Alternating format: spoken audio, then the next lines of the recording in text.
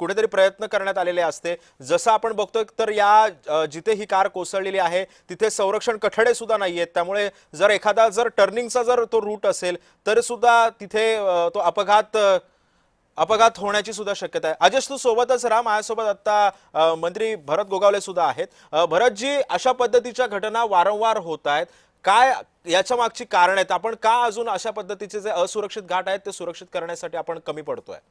परंतु आम्ही जी काय घटना घडलेली आहे ती अत्यंत दुर्दैवी आहे। कारण एका गावामधले 5, एका गावामधले 2 आणि एका गावामधला 1, त्यामध्ये 18 ते 24 वर्षाच्या आतील काहीतरी 7 मुलं आहेत आणि एक आहे ते लग्न झालेलं आहे 34 वर्षाचा, अशी एकूण 8 जण त्यामध्ये सातारा येथील आसगाव, मरडे आणि खटाव तालुका ह्या इथली 8 मुलं गेलेली आहेत।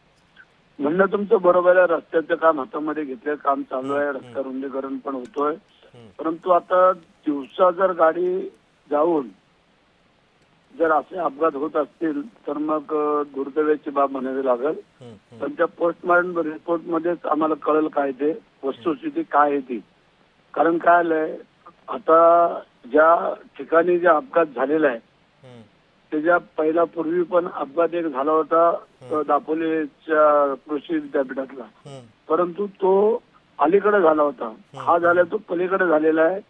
दाभोळ म्हणून आमचं एक गाव आहे दाभेळ, त्या दाभेळच्या वरती झालेला अपघात आहे।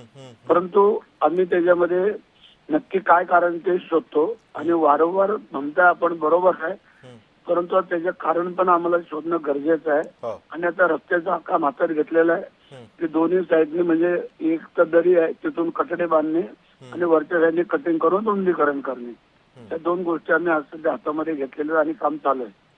भरत शेठ, पण आता ही दुर्घटना घडलेली अतिशय वाईट दुर्घटना आहे, पण या जे मृतदेह आता सध्या बाहेर काढण्याचं काम सुरू आहे, या मृतांच्या नातेवाईकांना काही सरकारतर्फे मदत केली जाणार आहे का? मुख्यमंत्र्यांशी बोलून ते आम्ही करतो।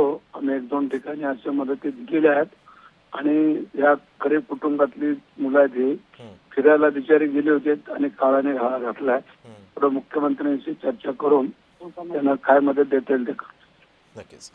धन्यवाद भरतजी, तुम्ही या सगळ्या संदर्भामध्ये प्रतिक्रिया दिलीत त्याबद्दल। त्यामुळे आपण पाहतो सध्या 500 ते 700 फूट खोल दरीमध्ये 2 मृतदेह सध्या सापडलेले आहेत।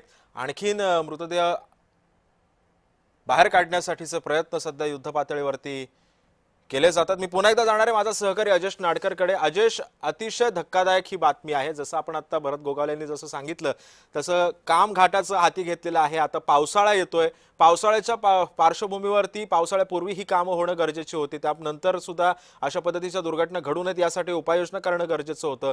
काय कारण होतं अपघातामागचं नेमकं? याच्यामध्ये काही पोलिसांनी अधिकचा तपास करून काही प्राथमिक माहिती समोर आलेली आहे का?